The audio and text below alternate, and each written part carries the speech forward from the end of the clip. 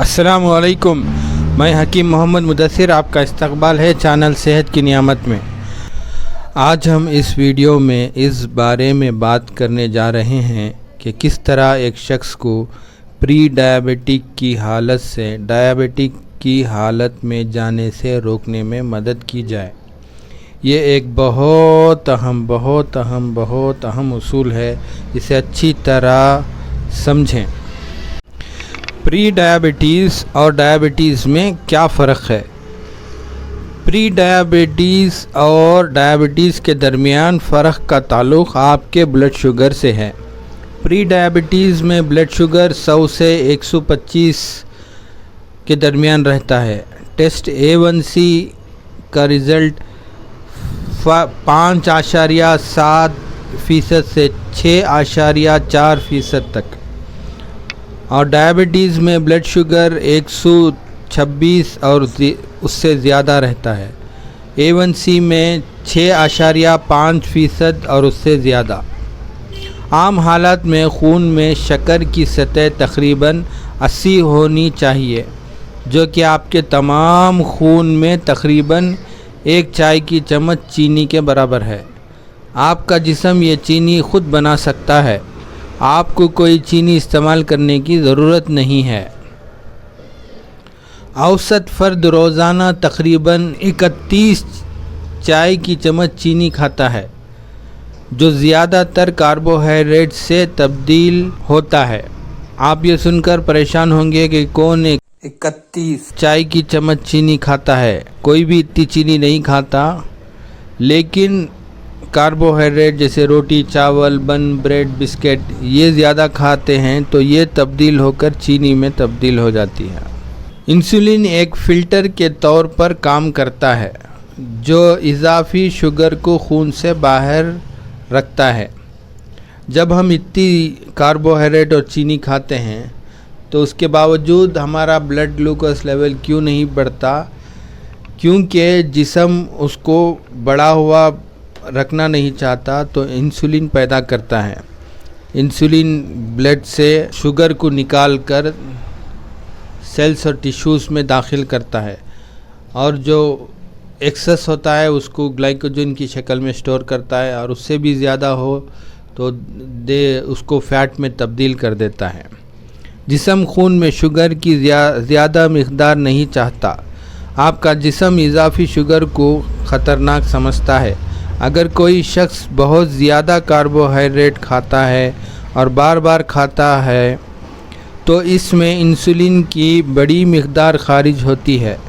یہ insulin sugar کو کم رکھنے کے لیے بہت محنت کرتا ہے۔ آپ کے جسم کے لیے بڑی ہوئی انسولین بھی زہر ہے۔ نہ جسم زیادہ شوگر گلوکوز کو چاہتا ہے، نہ زیادہ انسولین کو چاہتا ہے۔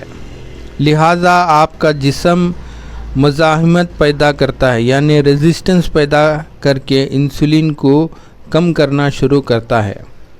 اسے انسولین مزاحمت یعنی انسولین ریزسٹنس کہا جاتا ہے۔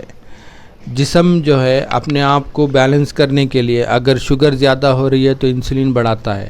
جب انسولین زیادہ ہو جاتی ہے تو جسم اس کو بھی خراب سمجھتا ہے، تو ریزسٹنس پیدا کرتا ہے، اور اس وقت اتنی زیادہ انسولین پمپ نہیں کر سکتا۔ اگر آپ کاربوہائیڈریٹ کا استعمال کرتے رہتے ہیں اور بار بار کھاتے ہیں تو بلڈ شوگر بڑھ جائے گی۔ یہ اس لیے ہوتا ہے کیونکہ انسولین کم ہو رہی ہے۔ وقت گزرنے کے ساتھ یہ ڈائیبٹیز میں بدل جاتا ہے۔ ان سب سے بچنے کے لیے آپ کاربوہائیڈریٹ کو کاٹ دیں، یعنی اپنی خوراک سے کاربوہائیڈریٹ کو نکال دیں، اور وقفے کا روزہ یعنی انٹرمیٹنٹ فاسٹنگ۔ اب یہ انٹرمیٹنٹ فاسٹنگ کیا ہے، اس کے بارے میں انشاءاللہ ایک الگ سے پوری ویڈیو بنائیں گے۔ ابھی یہ سمجھ لیں کہ 2 کھانوں کے درمیان کا وقفہ بڑھا دینا، اس کو انٹرمیٹنٹ فاسٹنگ کہتے ہیں۔ یہ آپ اس طرح کا روزہ رکھنا شروع کر سکتے ہیں۔ ڈاکٹروں کی توجہ بلڈ شوگر پر ہے، وہ عام طور پر اسے جانچنے یا پیمائش کرنے کی طرف ان کی توجہ نہیں ہوتی کہ کہیں آپ کو انسولین ریزسٹنس تو نہیں ہے، کہ آپ پری ڈائبیٹک تو نہیں ہیں۔ اس کے لیے ایک ٹیسٹ ہے ہوما IR، لیکن میں آپ کو جو ہے ایک فری کا ٹیسٹ بتاؤں گا۔ آپ سیدھا کھڑے ہو کر نیچے دیکھیں، اگر آپ کو آپ کے پیر نظر نہیں آ رہے ہیں، آپ کا پیٹ نظر آ رہا ہے، تو آپ کو انسولین ریزسٹنس ہو سکتا ہے۔